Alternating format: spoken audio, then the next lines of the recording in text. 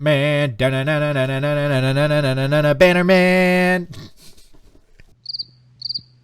All right, what's up, everybody? It is that time. It is the last patch before the official full release of Legends of Runeterra. So if you're looking for a review of all those changes, you are 100% in the right spot. My name is Justin, also known as Shit Just Works. If you are returning, welcome back. If you're new and you haven't subscribed yet, that's a problem. What's wrong with you? Anyways, we got a lot going on. We have some card clarity changes, which we're going to go over first. We have a whole slew of mainly buffs, to be honest with you, not many nerfs.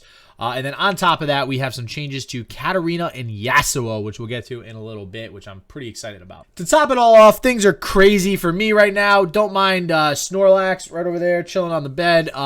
You're going to slowly, as videos come out over the next couple of weeks, see things starting to disappear all throughout my room because I am moving. And the new spot I'm getting has a sick room that I'm going to be using for streaming and content creation. So, less about that, more about the cards. Let's get into the new patch updates.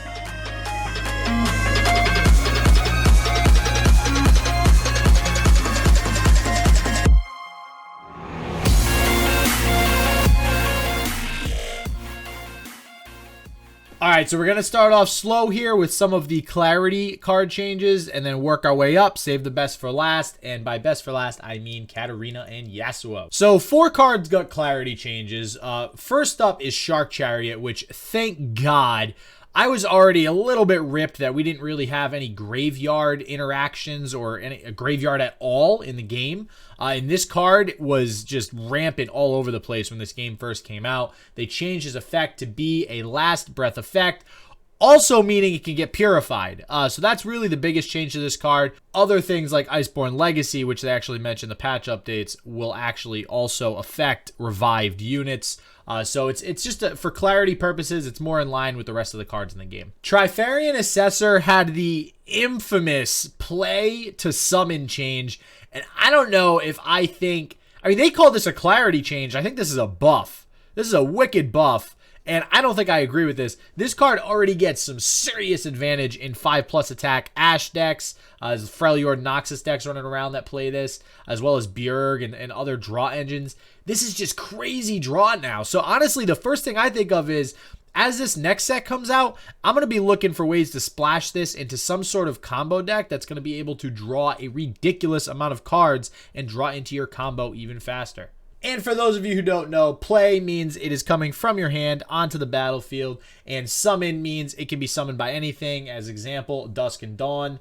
If you were to target this and summon 2 more copies of Dusk and Dawn, you're now getting draws off of the other summoned copies. Swiftwing Lancer, I never actually came across this problem personally, but I guess some people were stealing it with Possession, which is a 5 cost. If you haven't played it, I know a lot of people don't. It's a 5 cost slow spell that basically gives you their unit for the turn to use as you see fit, so you can glimpse beyond it and stuff like that. When it was dying on another opponent's battlefield, it was giving weird cards that weren't elite, which is probably kind of weird, I can imagine. So now they just kind of fixed it to be more clear and always get a random elite. BRIGHTSTEEL Formation, pretty strong card. I guess there was instances where it was actually double barriering, and it was basically blocking 2 instances, wow, man, now I'm getting tongue-tied, of damage. So let's say you played it and then attacked, and during the attack, you had somebody Mystic Shot, something that was barriered with the play effect. It would remove that barrier, but then there would still be another barrier up to prevent additional damage because of the second barrier. And as they said in the patch update, you can actually barrier something twice. It's just not going to stack and prevent 2 instances of damage. It's only going to prevent the first instance of damage. The reason that difference does matter is for a card like Greenglade Caretaker. So if you were to barrier something twice, Greenglade will proc twice. The barrier just won't double stack to prevent 2 instances of damage. All right, and now for all the changes. And I agree with most of these. They are doing an awesome job, honestly, overall with all these changes. And again, we will get into Katarina and Yasuo, which I love the changes they made to them in a little bit. So first up is Frenzied Skitterer. They finally nerfed this godforsaken card down to 2 health. And honestly, I love the nerf. Here's a perfect example of why this is great. You summon a Zed. they summon a Frenzied Skitterer. The Zed can now still attack with the 2 attack and kill the Frenzied Skitterer without having to worry about the Zed actually dying as well. That was a common interaction, which now is much more in the favor of Zed. Thank God. Hopefully this means Frenzied Skitterer will see a little less play in non-spider decks. Shady character had the health turned up to 3. I actually love this because I was toying around with some weird ass shady character deck, and I was never even thinking that when I played it, they could just peg off the 1 health shady character before the effect goes off on the chain, and now it fizzles. I was always worried about them killing the unit that I was targeting to copy, but that actually doesn't make sense because the shady character is weaker. So, yeah, this definitely needed 3 health, so good call on Riot's part. Good old wording stones, back up to 4 health. So for you longtime Runeterra players, this was originally released at 4 health, but then everybody was playing it. War Mother Control was one of the first decks to come out and ramp Freljord, and it was a hell of a deck, and they kind of nerfed this, I think, a little preemptively, and they shouldn't have, which we can see here. That's 100% the case because they did increase the health back up to 4. I think this is a great change. I think this will see a little bit more play again, but it's definitely not broken like they originally thought it was. Starlit Seer gets 3 health. I did try this out in a few decks, and I will tell you, it was very depressing that it was only 2 health. It became very easy for my opponent to kill it. 3 health, very small buff, I think, for this card in particular, but I do think it's just enough for it to be a much more playable card in the future. Now, Avarosan Trapper is the one that I'm a little bit worried about here. They made it a 3-3 instead of a 2-2. I'm concerned because 3-3 is great stat lines for a 3, cost follower, and you're also getting that Yeti in the top of the deck. I think Yeti's going to get even better as more sets are released, like the Yeti archetype. I think it was just a little bit off from being a playable, competitive, viable archetype in this current metagame. And I don't know, I think this card may be a little overpowered after the next set fully drops. We'll see. KATO the Arm, a card you do not hear very often, went from 3 health to 4 health. I think this is perfect. The difference between 3 and 4 health is humongous, as you're going to see with the Yasuo and Katarina updates as well. And it means that this card will be a little bit stickier, especially with it needing to support something. It does need to stay on the field for a little bit longer than most cards do to actually see value. I think this is perfect. Considering that might cost 3 at burst speed for +3 and overwhelm, I think this is very well costed now that it is 5 attack and 4 health. Blood for Blood. All right, this is one near and dear to my heart with the Vladimir deck that I had made in the past.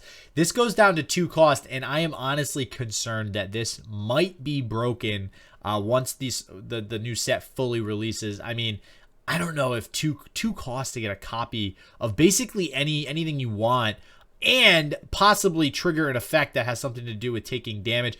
I don't know, man. I think this is a very, very good card. I will say, obviously, the opponent can fizzle the effect by destroying the follower before you actually get it off, but I don't know. I'm going to keep an eye on this card. This has some serious combo potential. Dun, dun, dun. Bannerman.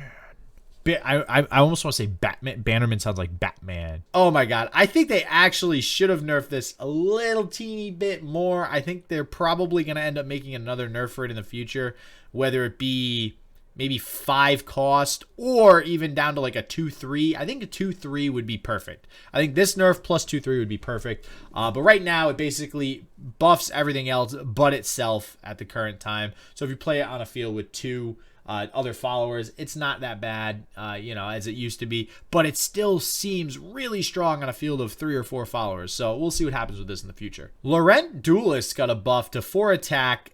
This one's a little odd, but I do agree with it because it's not really a played card. Nobody plays this as of now. It's not necessarily a terrible card, but I don't know. I'm curious to see what this ever gets used for in the future, giving something else challenger, especially now that we have the new scout mechanic.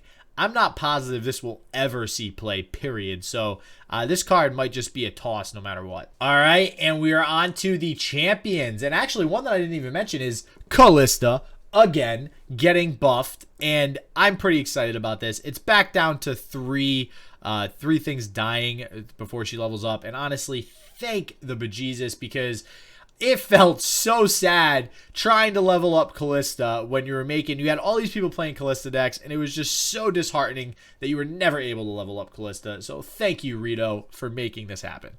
Yasuo, the currently least played champion in Legends of Runeterra. That's probably wrong. Vladimir's maybe the worst. I don't know. But anyways, he gets a buff on level 1 and level 2 of 1 health on each level, and this is great. Again, the change between 3 health to 4 health is astronomical. Now you can actually drop him on turn 4 and feel less bad about just letting him chill on the field, because there is almost nothing that's going to be able to kill him aside from like a thermogenic beam or something like that, which you could also play around cards like that on turn 4 or turn 5. So very curious to see if this increases his play rate. Obviously, this is right before the new set comes out, so I don't think this is going to have any change on his current play rate or his current deck archetypes, but I'm very, very, very curious to see what decks are made once the new set comes out. And the second to last champion, there's actually one more champion here at the end, is Katarina. And Katarina actually got a much needed buff too, because they're 100% right. They nailed it with the description on their website of the patch notes, which is when you played her and got her effect off and leveled her up and she was recalled, you lost a lot of tempo because you just invested that 3 mana really early into the game to basically just play it and then lose a unit. Sure, you have an infinite amount of recalls now in your hand, but it just didn't seem like that much of an advantage for that big of a drawback in tempo. Now she gets a fleeting Blade's Edge when you play her non-leveled up, which also gives you, do you even level her up right away? Maybe you wait. Maybe you draw another one and get another fleeting Blade's Edge. Who knows? But what I will say is I already tried making some Katarina Vlad decks because of this, because the Blade's Edge goes nicely with all those, damage inflicting units. I don't know. It's probably not going to work, but it just already has my mind thinking of different ways that I can actually utilize Katarina now. And last but not least, everybody's favorite aggro champion, Draven. And oh man, he is... I think this is a great buff. It's not really a buff. It's really, I would almost categorize this as a clarity change. Instead of him having to attack 2 separate times, or I should say strike 2 separate times with essentially 2 separate spinning axes, now you can just, stack both spinning axes on top of 1 strike and get the level up, which is great. It actually allows you to play to his level up a little bit more, because everybody always would joke about how you can never actually level up Draven. So I think this is a great decision on the part of Riot. And that's it. I am so excited in these next coming weeks, man. There's a lot of stuff going on. I'm very happy that there's such a big grassroots movement too for all the tournaments and stuff that are happening. The community's really coming together. So if you haven't already checked out Legends of Runeterra, or you're not playing a lot, play more, because it's a really good game. You're not going to regret it. So until next time, everybody stay healthy, stay positive. I hope it just works for you, and peace out.